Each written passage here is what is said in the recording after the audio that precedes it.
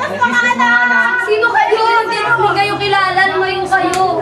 Sino kayo? Hindi mo na ako Hindi namin kayo kilala. Dahil sa ilang taon na nga na nawala ang kanilang magulang, hindi na nila ito nakilala. Anak? Si nanay ko! Sino ka? Sa? Si nanay ko! Sino ka?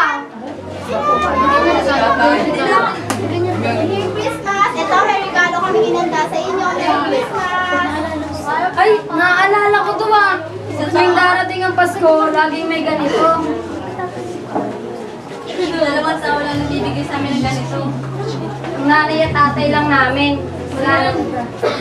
Ito na! Totoo nga ang Pasko! Merry Christmas, Merry Christmas!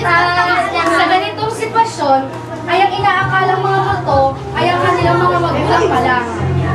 Ang mga magulang ay nakauwi na dahil si Norilyn, ang kanilang ina, ay kinaawaan ng kanyang amo, nakakitaan ito ng potensyal, at dahil doon, pinauwi ito ng kanyang amo para ipagdiwang ang Pasko.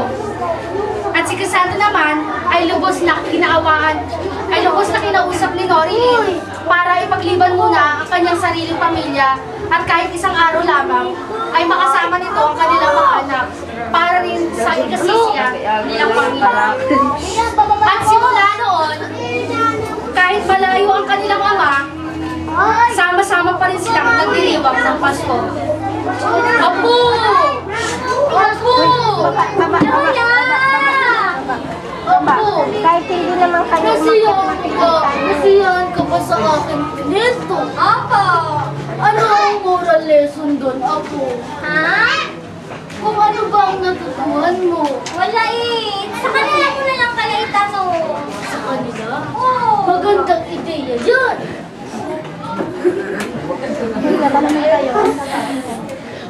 Di ba nanood naman kayo? Di ba? Anong natutuhan niyo sa kwento namin? Pasko. Sakit ang kamay nila. Walang bastusan kayo. Anong natutuhan niyo? Tubig sa sakit ang kamay. Ikaw, Ruby. Para ikaw yung dami na. Bilis na.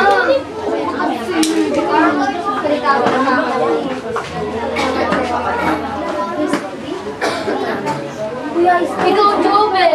Ano ba ang iyong natutunan? O sige, mukhang out of this place na ang mga taong yan, mga Lola, natutunan ko na na kahit mag-isa ka lang or dalawa lang kayo sa buhay, dapat matuto na kayong tumingin sa sarili ng mga paa. Yun nga Lola. Tumpa! Eh bakit ikaw di ka makatayo ng maayos? Kaya ko naman, di ba? Nasa